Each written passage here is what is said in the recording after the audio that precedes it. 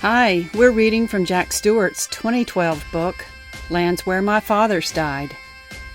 Today, we'll wrap up Chapter 2 with the stories of James VII, his daughters Mary and Anne, his son James, who was also known as the Old Pretender, and Bonnie Prince Charlie, son of the Old Pretender. Here's Jack. James VII was the King of Scotland and also became James II, the King of England. James was born in 1633 and was the younger brother of Charles II. James was a Roman Catholic, and he inherited the throne on Charles's death in 1685. Troubles arose with the Covenanters, an extremist Protestant group, and suspicions arose that James was trying to introduce Roman Catholicism when he made grants of religious toleration and converted the Abbey Church of Holyrood in Edinburgh into a Roman Catholic chapel. Scotland deteriorated quickly, and James VII was forced to flee with his family for France in 1688, following an Act of Parliament which claimed he had abandoned the throne in favor of ruling England and of being a Catholic. They offered the throne jointly to William of Orange and his wife, Mary Stuart, James's daughter. James was defeated in the Battle of the Boyne in Ireland in 1690 by William, and spent the rest of his life in exile in France, where he died in 1701. James had 9 children, 4 of whom claimed to be his rightful heir to the throne of England and Scotland. The first 4 children of James VII were sons who died young. Next in line was his daughter Mary, by his Protestant first wife, Anne Hyde. She married the Dutchman Prince William of Orange, from what is now known as the Netherlands. Both Mary and William were Protestants, so when James VII's Catholicism forced him to depose, they were prepared to accept the Scottish Parliament's offer to replace James. They accepted the crown in 1689. Mary ceded most of her authority to William, but William was no more a Scottish king and no more interested in Scotland than any other Dutchman. He never visited Scotland. William and Mary had no children. She died of smallpox in 1694, and he died in 1702 after a fall from a horse. Their daughter Anne, born in 1665, was the second of James VII and Anne Hyde's children.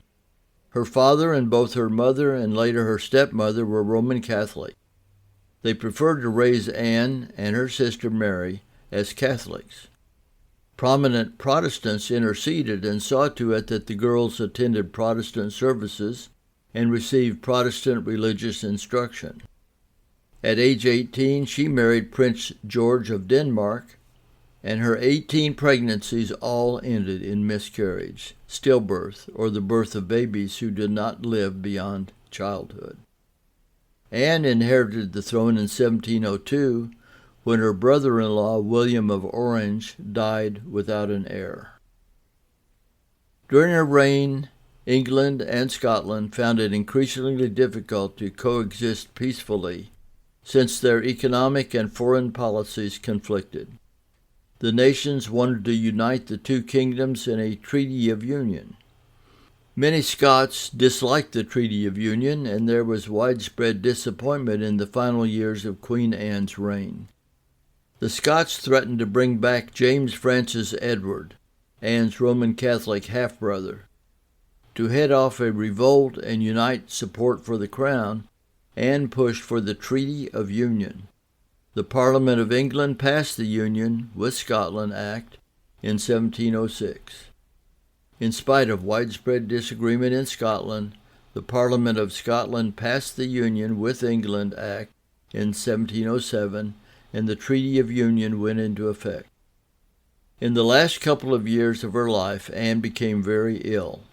Doctors used many techniques to cure Anne, including bleeding and applying hot irons.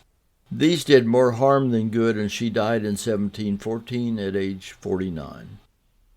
The true heir to the throne was James Francis Edward Stuart, the son of James II. Many Tory ministers supported James becoming king. However, James Stuart was a Catholic and was strongly opposed by the Whigs. A group of Whigs visited Anne just before she died and persuaded her to sack her Tory ministers. With the support of the Whigs, Queen Anne nominated Prince George of Hanover as the next king. German George I then became the new King of England and Scotland upon Anne's death. George, born in 1660 in Germany, was the great-grandson of James I. George never learned to speak English and spent much of his reign in Hanover. When he died in 1727, his son George II succeeded him. There would never be another Stuart, King of Scotland. James Francis Edward Stuart was called the Old Pretender, and he was the son of James VII and II, and his second wife, Mary of Modena, a Catholic. His birth in 1688 immediately precipitated fears of a Roman Catholic secession in England, and in December of that same year his mother disguised herself as a laundress, wrapped up the baby like a bundle of washing, and escaped with him to France. On his father's death in 1701, James declared himself king, as King James III of England and 8th of Scotland.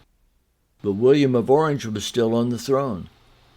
Because he claimed his father's lost thrones, James was condemned for treason, and his titles were forfeited under English law.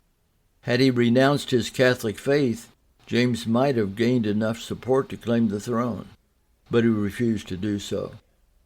Although over 50 Roman Catholics bore closer blood relationships to Anne, the Act of Settlement in 1701 prohibited Catholics from inheriting the British throne.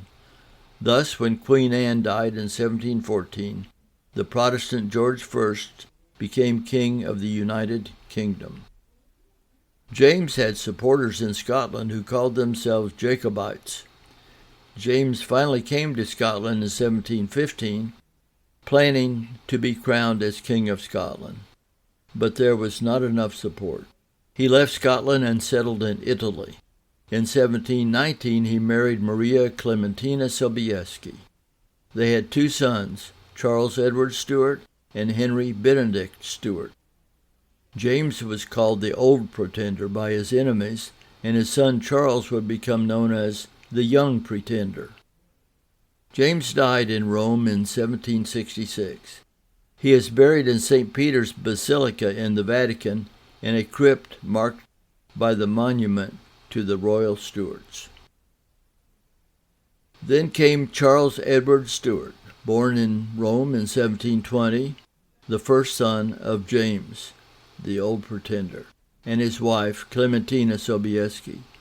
There was great rejoicing on his birth, for Jacobites looked to Charles to win back the throne for the Stuarts.